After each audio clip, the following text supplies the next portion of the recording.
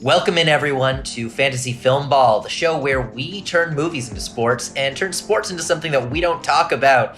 My name is Matt, and I'm here with Dylan, and today we're going to be talking about the New York Film Critics Circle 2022 winners. These were just announced this afternoon, and this is a really great group of winners. We've both seen the list. We're not reacting to them as much as we are just discussing them. So before we dive into each of these wins, what's your overall feeling about this lineup of winners that we've got here, Dylan?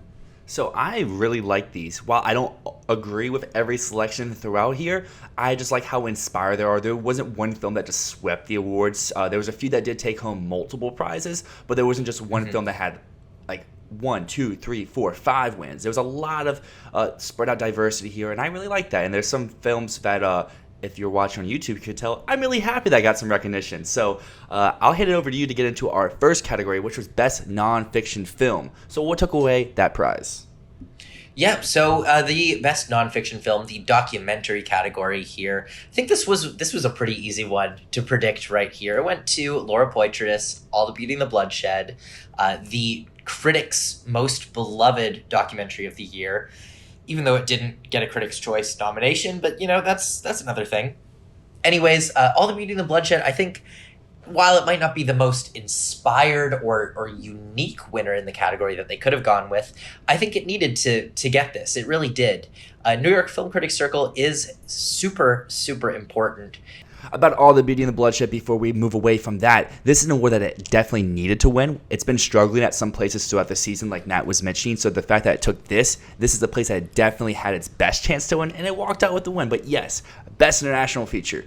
My second favorite winner of the day here, because this is such an inspired pick, and it's the little donkey from Poland that could. E.O. the champion of the Best International Feature here today for the New York Film Critics Association. So Matt, how does this make you feel?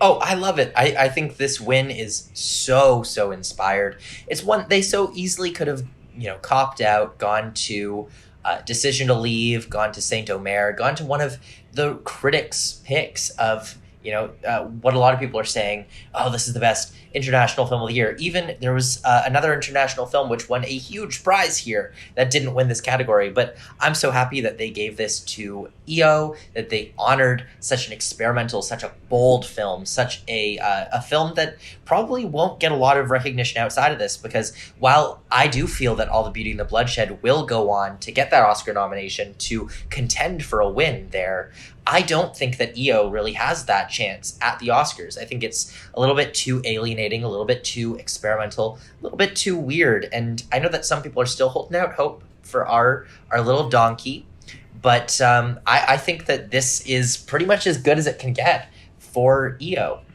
But I mean, I saw you disagreeing with that. Yeah. Are you still feeling like EO is getting into the shortlist? I think this just further cements the claim I made a few weeks ago. I think if people do lay eyes on this movie, there's no way that they aren't going to talk about it. And the fact that it was able to win this award over the other movie that got a much bigger prize here, over Decision to Leave, over Saint Omer that's been winning all the critics awards, this just shows that there are a very passionate group for this film. And for Best International Feature, that's all you really need to get a nomination. Is just have a very passionate little corner. Yes, you can make the case about Titan from last year, but EO isn't Titan. It's not that grotesque. It's not that much an off-putting film. Yes, it's very out there. It's very different, but it's not different to where it's going to repel some viewers.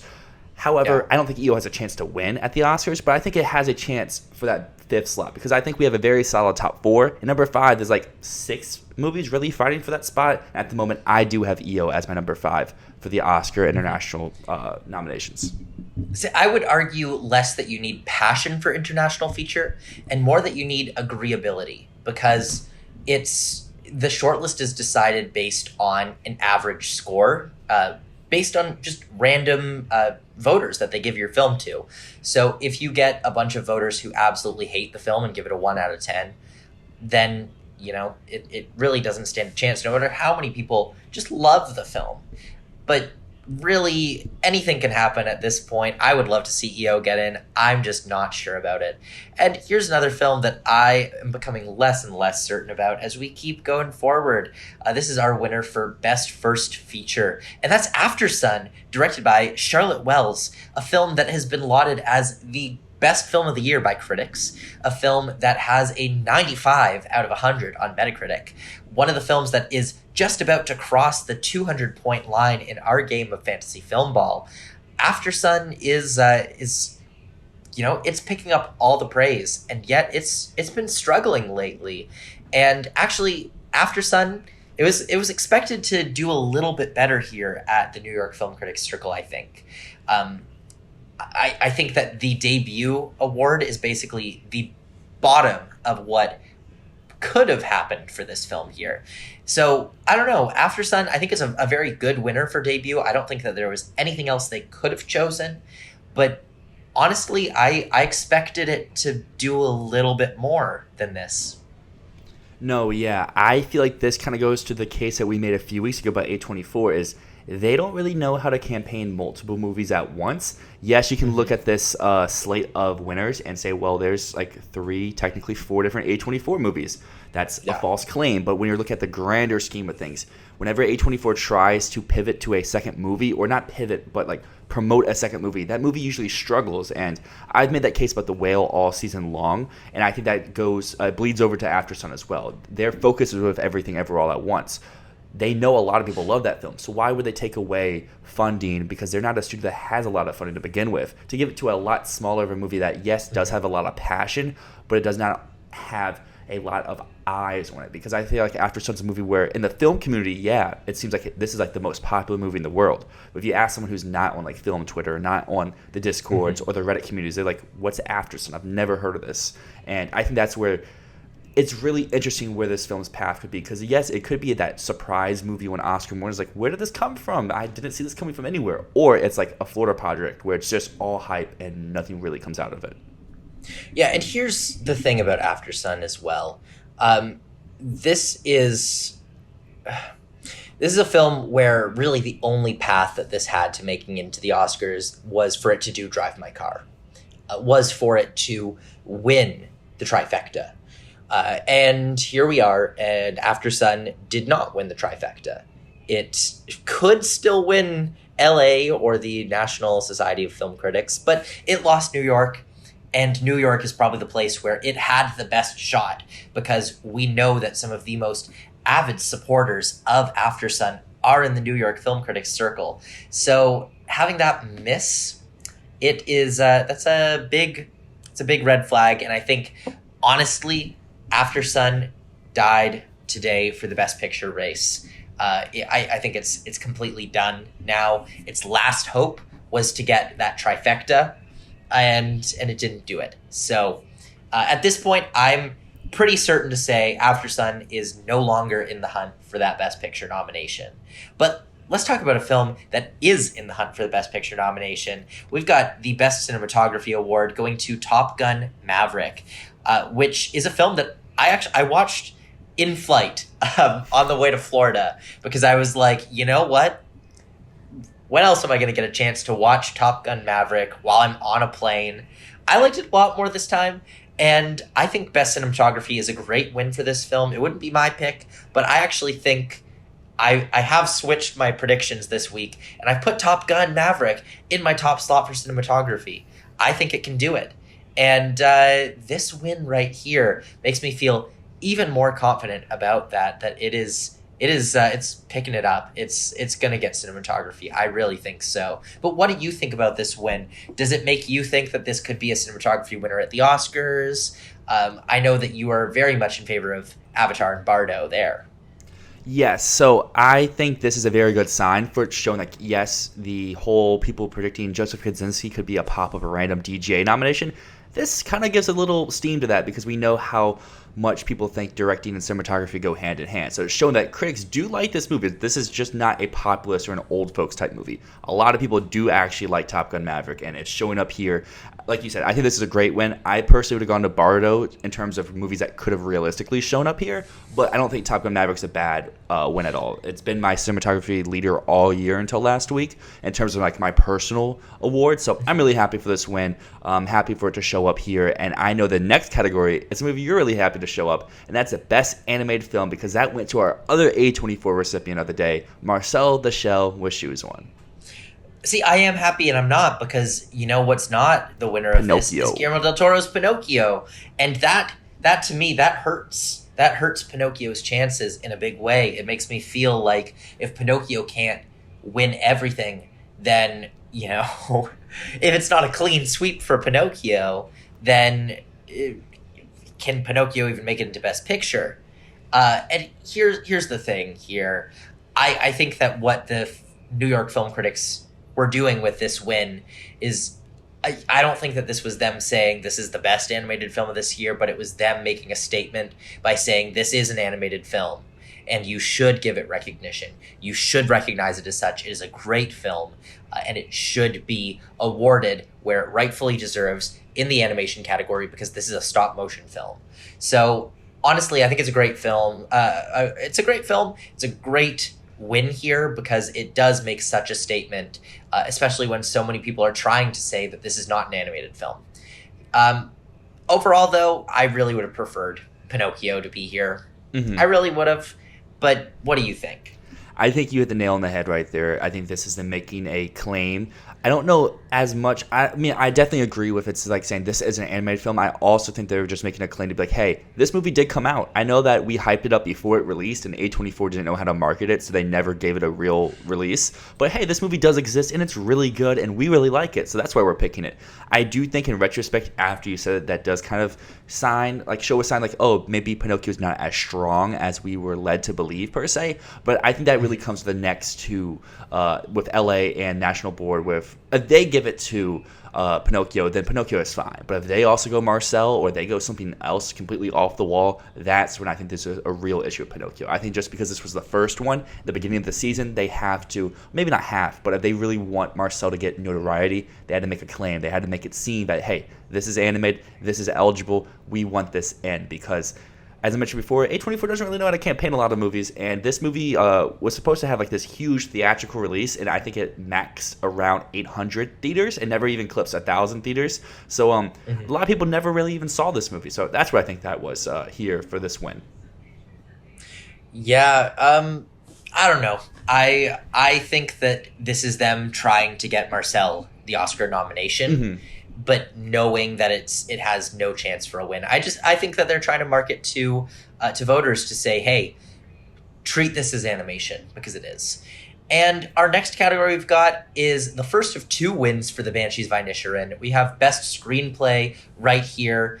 This is a win that I know you probably disagree with a lot. You are not a fan of Banshees of Inisherin. But personally, I like the screenplay win. However, this is it's a little bit of a concerning win for me, because looking at it, I'm thinking, okay, this feels like it should have been Everything Everywhere All at Once. It feels like it should have been probably not Women Talking. That doesn't seem like a New York Film Critics Circle movie, but Everything Everywhere could have won here, and Banshees did instead. Is this going to deeply affect its Oscar chances? I don't know, but I don't know. This is a good win. I'm happy for Martin McDonagh. He's a fantastic writer. This script is very good. But personally, I definitely would have loved to see my boy, Everything Ever All at Once, come through with a screenplay win here. Yeah, no, I agree. I think this should have gone somewhere else. I probably would have leaned Women Talking, but like you said, that doesn't really scream a winner in this category. If I had made predictions, Banshees probably would have been what I predicted. This just seems right up their alley. Like you mentioned, McDonagh's on not a comeback, but after 3 Billboards, which seemed to become like a villain in its season. Now this year, he's kind of the hero, or he's kind of seen as in a very much positive light than he was compared to back in, was that 2017? So I'm happy for him, even though I wasn't a huge fan of the movie. I fully understand why people like the movie. I just didn't connect with it, but yeah. I did think the screenplay was good in parts, just other things about the movie. But that's neither here nor there. Do you want to dive into its other win now, or do you want to keep going in category up from here? Yeah, let's talk about the other win because this is very interesting. Best Actor was a not a tie, a split win for Colin Farrell between The Banshees of Inisherin and After Yang. Um, I think he very much deserves it for Banshees, is what I'd say. After Yang, I wasn't too hot on his performance in that personally, and there's been a lot of nominations and awards love for After Yang so far this season from the Indie Awards. And I really think that's because Banshees hasn't been eligible for those American Indie Awards. So they're kind of just they're tossing him a bone because Colin Farrell had a landmark year. He did amazingly all through the year, from Batman to Banshees to After Yang to 13 Lives. He was everywhere this year, and he deserves this. He truly, truly deserves it. If anyone does, it's him. And here's another thing. The Whale, Brendan Fraser, has now lost to Colin Farrell at New York Film Critics Circle and at Venice. Two losses to Colin Farrell right here. And I think that streak is just going to continue and continue and continue. Yeah, I have not been on the Brendan Fraser train all season. I think this is just another hit to his campaign. I think he's maybe down at number 3 for me now, with Farrell moving up to number 2.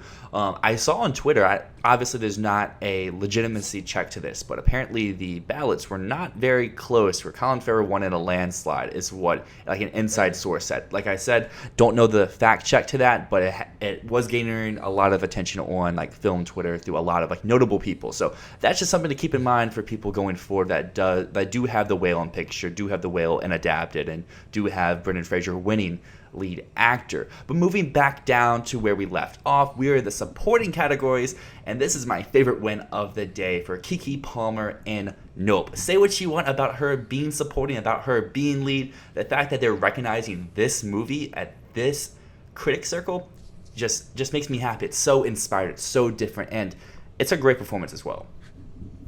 Yeah, this was the win that took them the longest to decide, because the way that the New York Film Critics Circle does it is very different from most other awards groups, because instead of just voting, they get to each category and they put forward their possible winners, and then they discuss and deliberate and then decide on a winner together. So unlike a lot of awards, like people say the Oscars aren't really decided by committee, it's very much based on individual preferences. New York Film Critics Circle is decided on by committee. So while with the Oscars, a lot of people will say, oh, they're just virtue signaling. They're trying to pick something for political reasons. That doesn't happen at the Oscars. It might happen by coincidence, by like groupthink. But here you can actually see those types of awards happen where everyone gets together and says, this would be a cool win to do. And Keke Palmer clearly was a cool win to do, mostly because I think the supporting actress category was just very, very empty. You know, who do you give this to? There's no clear front runner. And it seems like someone put forward a great case for why Keke Palmer should be the winner of this, even though it wasn't an obvious winner, even though she wasn't someone who would come to mind eventually, like very quickly, for a lot of film critics or Oscar pundits this year. I think that she's very inspired win here, because in a lot of other categories, they went for the expected choice, and here they did something really different. Different is what Dylan loves. Nope is a movie Dylan loves, and Keke Palmer delivers a great performance. But speaking of great performances, this is this actor's second win of the week. They won big at the Gothams, they win big here, and that is your boy, Ke Huy Quan, and Everything Ever All at Once. And like we mentioned last week, this is the start of the train for him to pull his Troy Kotzer and sweep the season. Absolutely. He is starting his sweep right now. I mean, he's so lovable. I mean, did you see his speech at the Gothams? Mm-hmm. It was so touching to see someone so humble and gracious and saying, you know, this award is an honor, yes, but it's an even bigger honor just to get the call saying, we want you to be in our film. We want you to be a part of this. And yeah, I think he's going to continue the sweep. I think he will absolutely dominate the season. I will put forward a possibility later on of what could maybe change some things up. But I think at this point, it's Kwan's to lose. Speaking of to lose, we go to Best Actress, and we have who maybe you can still make a case for the Oscar, but for the critics, you're not the same winner everywhere. I know you can immediately negate that with the Gothams, but Cate Blanchett and Tar, this is a New York type movie. Tar won big here, not just an actress, and this, I think, was the most predictable win of the nominations or the winners here, at least to me, and I feel like that's pretty much all really to say there. Yeah, I mean, what can you say about Cate Blanchett winning for Tar other than, we all saw that one coming. It's a good win. We've talked about how neither of us are really big fans of Tar. But you know what? Her win here really makes sense. She's going to sweep the trifecta. It makes sense. It really does make sense that way. And if the season can turn around from that, we'll have to see. But I think it's undeniable at this point. She's just going to win everything at the trifecta. And something else that I think is going to win everything at the trifecta is Tar just for Best Picture in general. I think that Tar could very easily win all of the top prizes. It won Best Film right here at New York. It could do the same at LA. It could do the same at National Society of Film Critics. We're going to have to see how that plays out. But, I don't want to predict another trifecta sweep the year after Drive My Car just did it, which, it barely ever happens. I think the last time it happened before Drive My Car might have been Goodfellas. I might be wrong about that, but I know Goodfellas did do it beforehand. So predicting Tar to do it at all three is a little bit bold, but I'd say it's very possible. I mean, what other contenders do we have for the other awards? After Sun, Everything Everywhere, Banshees, maybe.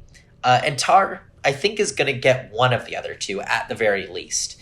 But what do you think about that, and how do you feel about it winning the top prize at the New York Film Critics Circle? Like I said, I think this was very predictable. Tar screams New York, and even though I didn't pick it for the Gothams, I did pick it here. I don't know about it sweeping just because you said that barely ever happens. But at the moment, I'm struggling to think of what would LA do. LA maybe will go Everything Everywhere, but then Tar wins again at the end. Not entirely for sure, but we'll get to that when we get there. But you talked about being bold and Tar sweeping. And New York did something very bold, and this is one I know probably makes you really happy. I still haven't seen this movie yet, regrettably so. What are you doing? But very bold win here for Best Director. And Matt, what was this bold win?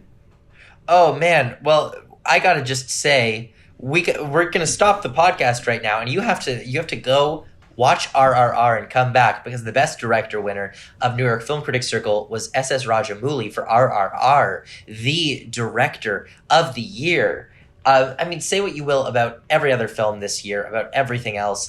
S.S. Rajamouli just delivered the thrills, the action, everything in RRR. This is a film that just goes so over the top and so bombastic and so huge that truly honoring its director is just the right thing to do. It really is the right thing to do. It is a genius use of the cinematic medium. I think that RRR is just so incredible, and I'm so glad to have seen S.S. Rajamouli getting the honor here for the great work that he did on this film. For everyone out there, I'm sure you've seen RRR, so let us know in the comments. Do you agree with its director win? Do you think it should have won more here? Let us know. But until next time, my name's Dyl. And my name is Matt, and this has been Fantasy Filmball.